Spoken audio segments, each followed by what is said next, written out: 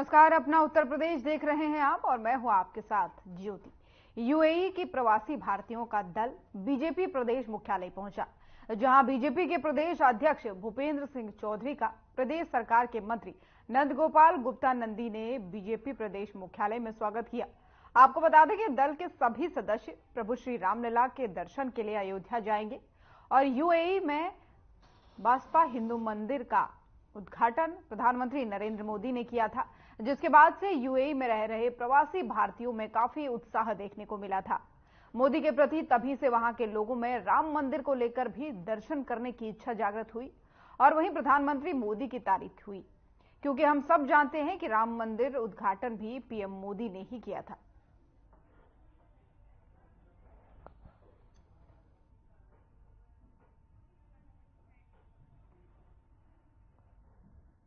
तो लखनऊ से आपको खबर ये दिखा रहे हैं, तस्वीरें लखनऊ से दिखा रहे हैं, जहां पर यूएई के प्रवासी भारतीय जो है वापस आए हैं और बीजेपी प्रदेश मुख्यालय में ये पूरा प्रवासी दल पहुंचा, जहां पर इनका स्वागत किया गया। कैबिनेट मंत्रियों द्वारा खुद इनका स्वागत किया गया, यूपी के जो मंत्री हैं, और यूएई का प्रवासी दल ये था जो भारत आया था।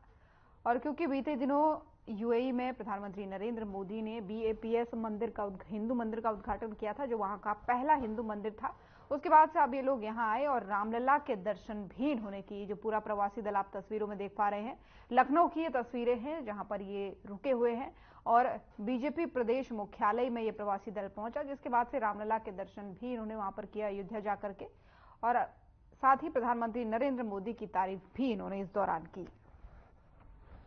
तो भव्य तरीके से इनका स्वागत किया गया। प्रवासी दल ये है जो यूएई से भारत पहुंचा है, वापस लौटा है, और अब इन्होंने रामलला के दर्शन भी किए हैं। और वहां पर भी जब पहले हिंदू मंदिर का उद्घाटन प्रधानमंत्री नरेंद्र मोदी के द्वारा किया गया, तो इन्होंने काफी तारीफें की प्रधानमंत्री मोदी की। तो लखनऊ के ये बीजेपी प्रदेश मुख्यालय की ये तस्वीरें हैं, जिसमें आप महिलाएं, पुरुष, बच्चे सभी को देख सकते हैं। ये पूरा प्रवासी दल है जो यूएई से भारत वापस लौटा है और रामलला के दर्शन भी इन्होंने किए, जिसके बाद से इन्होंने यूएई में जो पहला हिंदू मंदिर बना है उसका जिक्र भी इन्होंने अपने प्रवास के दौरान किया है। तो लखनऊ की ये तस्वीरें हैं जो आप लगातार अपनी टीवी स्क्रीन पर देख रहे हैं।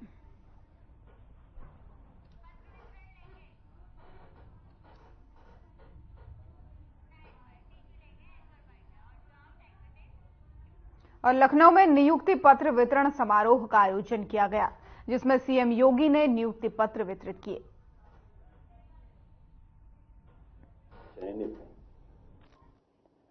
डिप्टी कलेक्टर, डिप्टी एसपी और कोषाधिकारी के लगभग 100 नव चयनित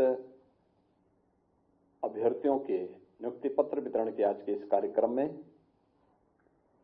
समारोह में उपस्थित प्रदेश सरकार में मेरे वरिष्ठ सहयोगी वयोवृद्ध नेता श्री सुरेश खन्ना जी, प्रदेश के मुख्य सचिव श्री दुर्गा शंकर मिश्र जी, अपर मुख्य सचिव नियुक्ति एवं कार्मिक श्री देवेश चतुर्वेदी जी, पुलिस महानिदेशक श्री प्रशांत कुमार जी, अपर मुख्य सचिव वित्त श्री दीपक कुमार जी, प्रमुख सचिव गृह श्री संजय प्रसाद जी, हमारे प्रशासन और पुलिस के सभी वरिष्ठ अधिकारीगण, सभी नवचयनित अभ्यर्थीगण, उनके अभिभावकगण, मैं सबसे पहले आप सबके चयन के लिए आपको और आपके परिवार के सभी सदस्यों को हृदय से बधाई देते हुए आप सभी उत्तर प्रदेश शासन का पार्ट बन रहे हैं, इसके लिए आप सबका मैं हृदय से अभिनंदन भी करता हूं।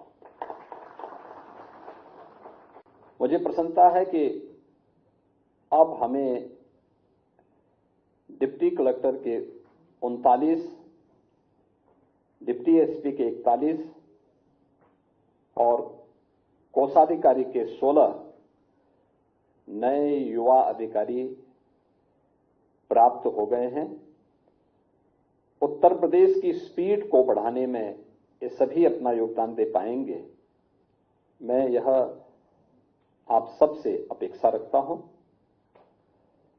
आपने देखा होगा जब सरकार ईमानदारी से कार्य करती है तो उसका ओवरऑल परसेप्शन चेंज होता है। पिछले 7 वर्ष में आपने देखा होगा उत्तर प्रदेश के अंदर, उत्तर प्रदेश था 17 के पहले भी था, लोग वही थे। यहां पे भी जो लोग बैठे हुए हैं, इन लोगों को भी दशकों काम करते हुए हो गए, लेकिन उत्तर प्रदेश के बारे में लोगों के मन में एक संदेह हुआ करता था। एक बड़ी आबादी को संदेह के दायरे में इस मशीनरी ने खड़ा करके रखा हुआ था। लेकिन 7 वर्ष में लोग वही, प्रदेश वही, विभाग वही, केवल कार्य संस्कृति बदली। आज करोड़ों लोगों की पहचान का संकट नहीं, बल्कि वह कहीं जाता है तो सीना तान करके कहता कि मैं उत्तर प्रदेश का हूं, तो उत्तर प्रदेश वासियों को सम्मान प्राप्त होता है। ये जो भी हुआ है, ये इसलिए हुआ क्योंकि सरकार ने एक निर्णय लेने का मैकेनिज्म तैयार किया, अपनी कार्य पद्धति में शुचिता और पारदर्शिता को महत्व दिया, ईमानदारी को सर्वोच्च प्राथमिकता दी, तो उसके परिणाम भी उसी रूप में हम सबके सामने आते हुए दिखाई दिए। अगर पहले की तरह ही हम घुमाने की आदत डालते हैं, याद रखना उस व्यक्ति को तात्कालिक संतुष्टि हो सकती है, लेकिन वह लाखों और करोड़ों लोगों की बद्दुआ से कभी बच नहीं सकता। और खासतौर पर अधिकारी संवर्ग में दोनों तीनों प्रकार की जो कैटेगरी यहां पर बैठी हुई है, उन सबसे मैं यही कहूंगा, आपके पास अपनी सेवा के माध्यम से जनता जनार्दन की दुआ लेने का भी अवसर होता है और बद्दुआ लेने का भी पूरा अवसर होता है। आपको तय करना होता है कि आप अपने इस पीरियड को, पूरा जो एक कार्यकाल होगा आपका 30 वर्ष का, 35 वर्ष का, इस 30-35 वर्ष का कार्यकाल आप दुआ लेने के लिए और आगे के भविष्य को उज्जवल बनाने के लिए करना चाहते हैं या बद्दुआ लेने के लिए करना चाहते हैं। क्योंकि मैं देखता हूं रिटायरमेंट के बाद ऐसे लोगों की बड़ी दुर्गति होती है, फिर कोई पूछने नहीं जाता, झांकने नहीं जाता। और उसमें से बहुत सारे अधिकारियों को तो मैं यही सचिवालय का चक्कर लगाते हुए देखता हूं, क्योंकि बहुत बार लोग आते हैं, कहते साहब मेरा एक काम अटका हुआ है। मैं कहता हूं सब तुम्हारे ही उत्तराधिकारी हैं जो तुम्हारा काम अटका रहे हैं, कोई बाहरी नहीं है, यही काम तुम भी करते थे। तो जो काम किए हो फल तो वही काटोगे जो बीज बोया है। और इसीलिए आपने देखा होगा पूरी प्रक्रिया में पहली बार किसी आयोग या बोर्ड के द्वारा चयन की प्रक्रिया को एक समय सीमा के अंदर पूरा किया गया। 9 महीने के अंदर आपकी पूरी परीक्षा की प्रणाली और पूरे रिजल्ट को देने में मात्र 9 महीने के अंदर ही इस पूरी प्रक्रिया को संपन्न किया गया। न कोई सिफारिश, न कहीं से कोई हस्तक्षेप। और जहां पर जिन लोगों ने परीक्षा की शुचिता पे कुछ भी उसमें घुसपैठ करने का प्रयास किया, वे लोग उसका खामियाजा भुगत भी रहे हैं। आपने देखा होगा उनकी सबकी प्रॉपर्टी भी जब्त हो रही है, उन सबके घरों में रेड पड़ रहा है, उन लोगों को पूरी तरीके से सरकार अपने शिकंजे में ले चुकी है और पहले तय कर चुकी है कि अगर किसी ने युवाओं के भविष्य के साथ खिलवाड़ किया तो सरकार उसके भविष्य के साथ जरूर खिलवाड़ करेगी और उतनी ही शक्ति के साथ उनसे निपटने का काम भी कर रही है। जो लोग परीक्षा की शुचिता और पारदर्शिता में सेंध लगाने का कुत्सित प्रयास करेंगे, वे कहीं भी छुपे होंगे, उनको बाहर निकालने में बहुत देर नहीं लगती। और मुझे लगता है कि आज जो कार्य प्रदेश के अंदर बखूबी हो रहा है और इसी शुचिता और पारदर्शिता का परिणाम है कि गत 7 वर्ष के अंदर इस डबल इंजन की सरकार ने प्रदेश के अंदर 6.5 लाख से अधिक युवाओं को सरकारी सेवा में लेने में सफलता प्राप्त की। प्रदेश के अंदर हमारी मशीनरी के कार्य की स्पीड के कारण प्रदेश में करोड़ों नौजवानों को नौकरी और रोजगार की सुविधा प्रदेश के अंदर ही प्राप्त हुई। अलग अलग सेक्टर में, थाने में हम जब विजिट कर रहे हैं, हम देखें तो क्या स्थिति है थाने की, पब्लिक के साथ व्यवहार कैसा है, यहां पे मामले जो दर्ज किए गए उनमें चार्जशीट की स्थिति क्या है, वहां पर अन्य मामलों में किस रूप में हम लोग कार्रवाई कर रहे हैं, कितने ऐसे अपराधी हैं जिन अपराधियों के खिलाफ कार्रवाई करके आप उस थाने क्षेत्र को पूरी तरह अपराध से मुक्त कर सकते हैं, वहां पे पीआरबी की पेट्रोलिंग की स्थिति क्या है, वहां पे ट्रैफिक की स्थिति क्या है, प्रोसिक्यूशन को आगे बढ़ाने में थाने स्तर पर क्या प्रयास होने चाहिए। ये बहुत सारे मामले हैं जिनकी आप समीक्षा कर सकते हैं। थाने के अंदर रिकॉर्ड के रखरखाव के लिए क्या कार्रवाई हो रही है। ऐसे कोषाधिकारी के रूप में भी अपने उत्तरदायित्वों का निर्वहन करते हुए, टेक्नोलॉजी का बेहतरीन उपयोग करते हुए कैसे हम लोग वहां आने वाले एक एक व्यक्ति को राहत देने में अपना योगदान दे सकते हैं, एक बड़ी भूमिका है। और उस भूमिका के साथ अगर आप कार्य करते हैं तो करोड़ों लोगों की दुआ आपके साथ चलती है। आपकी सर्विस तो मेरिट के आधार पर आगे बढ़ती ही है, लेकिन साथ साथ करोड़ों लोगों की दुआ भी आपके साथ चलती है, जो आपको आगे बढ़ने के लिए, एक उज्जवल भविष्य को आपको आगे बढ़ाने में योगदान देती है। लेकिन जब हम लोग कोताही बरतते हैं, अधिक से अधिक नेगेटिविटी ये मान करके चलते हैं हमें इसका बिगाड़ना ही है, आप बिगाड़ने के लिए नहीं बैठे हैं जी। कोई किसी पद पर इसलिए नहीं बैठा है कि वो किसी का बिगाड़ेगा, अगर बिगाड़ता है तो बद्दुआ का पात्र बनता है। आप इसलिए बैठे हैं आप समस्या को समाधान तक पहुंचा सकें। आप समाधान के लिए आपकी नियुक्ति की गई है, समस्या देने के लिए नहीं बनाई गई है। एक किसी भी पद पर बैठा हुआ प्रशासनिक या पुलिस का अधिकारी या किसी भी संपर्क का अधिकारी, वो समस्या नहीं होना चाहिए, स्वयं में समस्या का समाधान बनना चाहिए। और समस्या का समाधान बनने की दिशा में हम सार्थक प्रयास करेंगे तो हम उन दुआओं के पात्र बनेंगे जिसके लिए व्यक्ति सर्विस में आता है, आगे बढ़ता है। और मुझे पूरा विश्वास है आप सभी लोग पूरी ईमानदारी के साथ उत्तर प्रदेश सरकार की इस स्पीड को आगे बढ़ाने में अपना योगदान दे पाएंगे। उत्तर प्रदेश की जनता जनार्दन के लिए आप उनके हितों का संवर्धन वाला बन पाएंगे।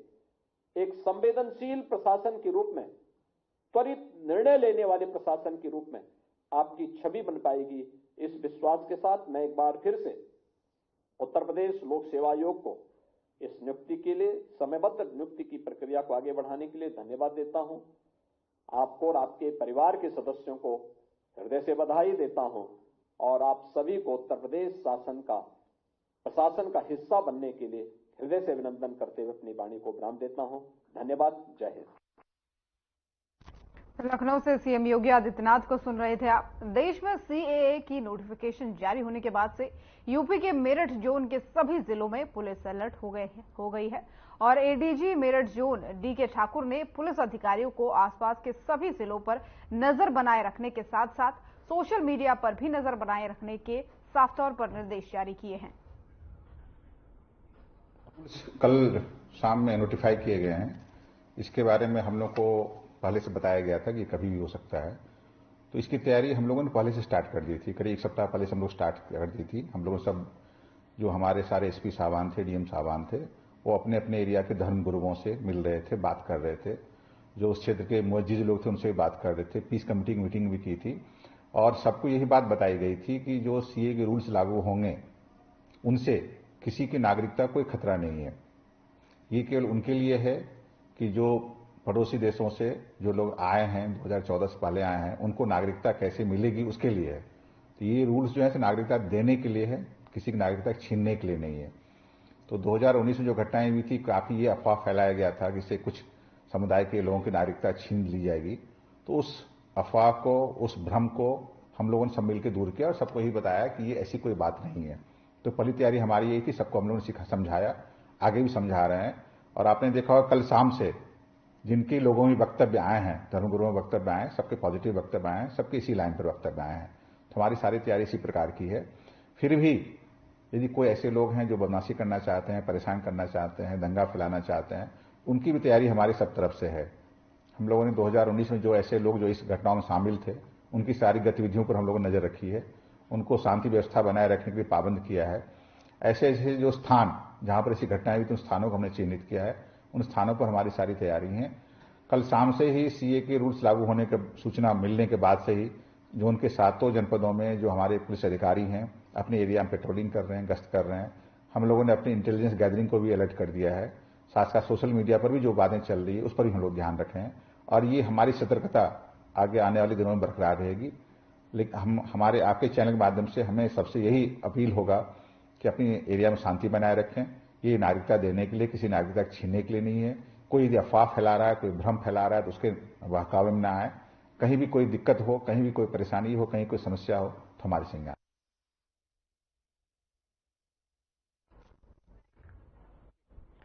तो मेरठ से आपको एक खबर बता रहे हैं जहां पर अब पूरे देश में सीएए लागू होने के बाद से सुरक्षा व्यवस्था जो है और चाक चौबंद कर दी गई है और साथ ही यूपी में भी कई जगहों पर अलर्ट के साथ ही जो संवेदनशील इलाके हैं वहां की सुरक्षा बढ़ा दी गई है, क्योंकि बीते दिनों सीएए पर नोटिफिकेशन जारी हो गया था, यानी देश भर में सीएए कानून लागू हो गया था, जिसके बाद से एडीजी मेरठ ने बाकायदा प्रेस कॉन्फ्रेंस करते हुए मेरठ के जोन की जो पुलिस है उसको निर्देश दिया है कि सुरक्षा व्यवस्था चाक चौबंद रहे, किसी तरीके की कोई अव्यवस्था देखने को ना मिले।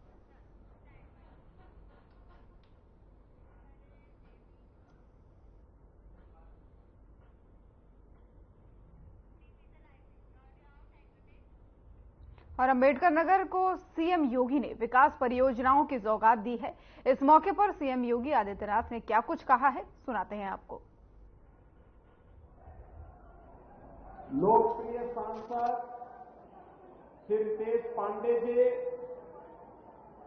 पूर्व सांसद और विधान परिषद के सदस्य श्री हरिओम पांडे जी, विधान परिषद के सदस्य और जिला के प्रभारी श्री पदम सेन चौधरी जी, जिला पंचायत के अध्यक्ष श्याम सुंदर वर्मा जी, भारतीय जनता पार्टी के जिला के अध्यक्ष श्री त्र्यंबक तिवारी जी, मंच पर उपस्थित लोकसभा प्रभारी धर्मेंद्र प्रताप सिंह जी, अवधेश द्विवेदी जी, धर्मराज निषाद जी, सुभाष राय जी, यमुना प्रसाद चतुर्वेदी जी, ज्ञान सागर सिंह जी, त्रिवेणी राम जी, राम प्रकाश यादव जी, पूर्व विधायक अनिता कंवल जी, पूर्व विधायक संजू देवी जी, कपिल देव वर्मा जी, मिथिलेश तिवारी जी, रमाशंकर सिंह जी और भारी संख्या में अंबेडकर नगर जनपद से उपस्थित मेरे सभी उपस्थित बहनों और भाइयों,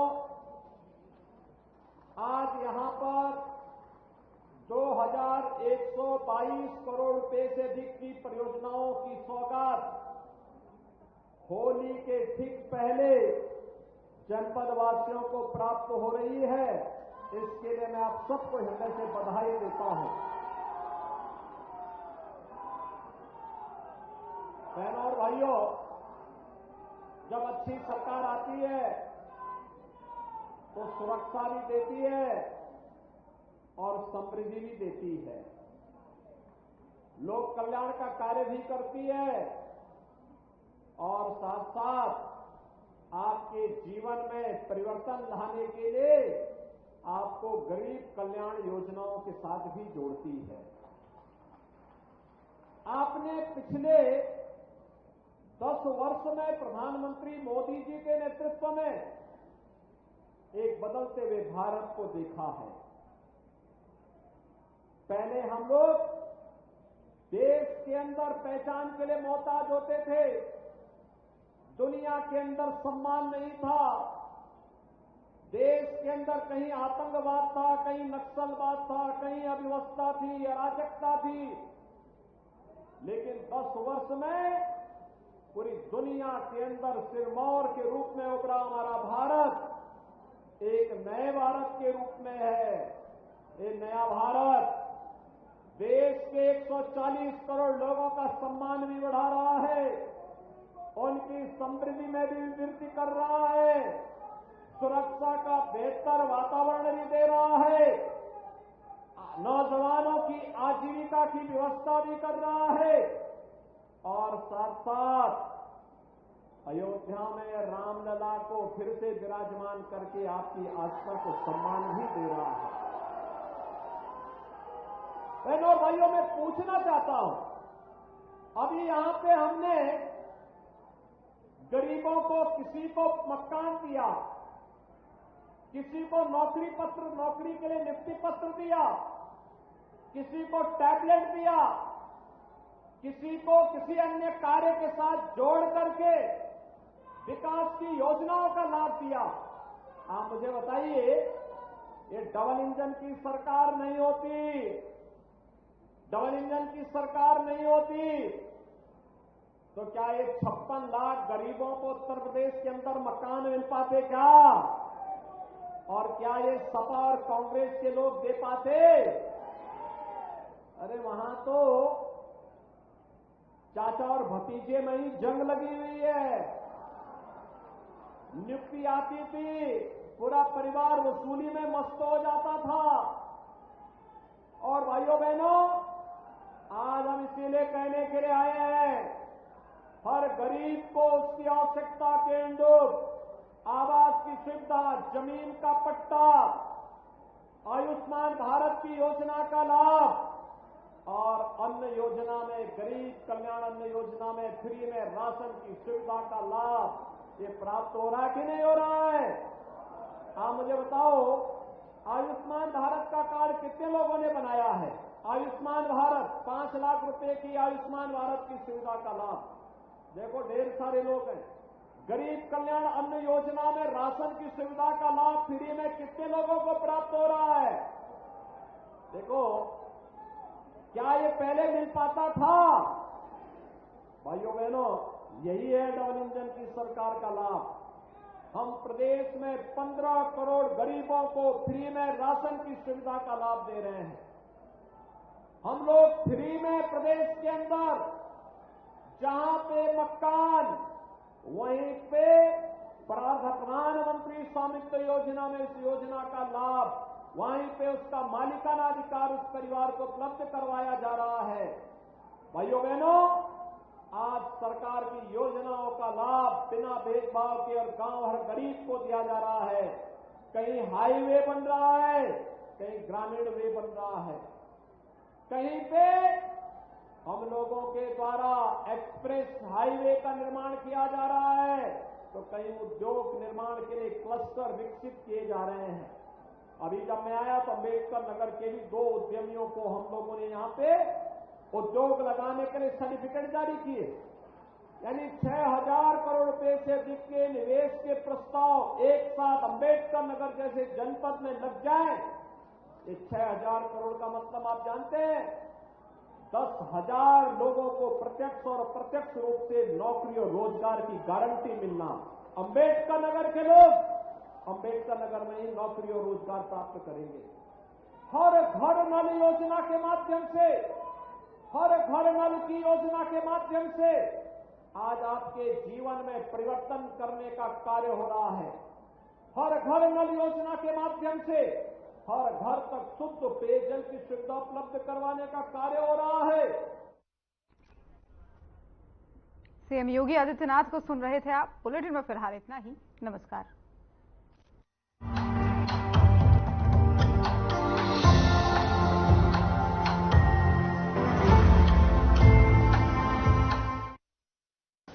बेस्ट चैनल है श्री ब्रजमोहन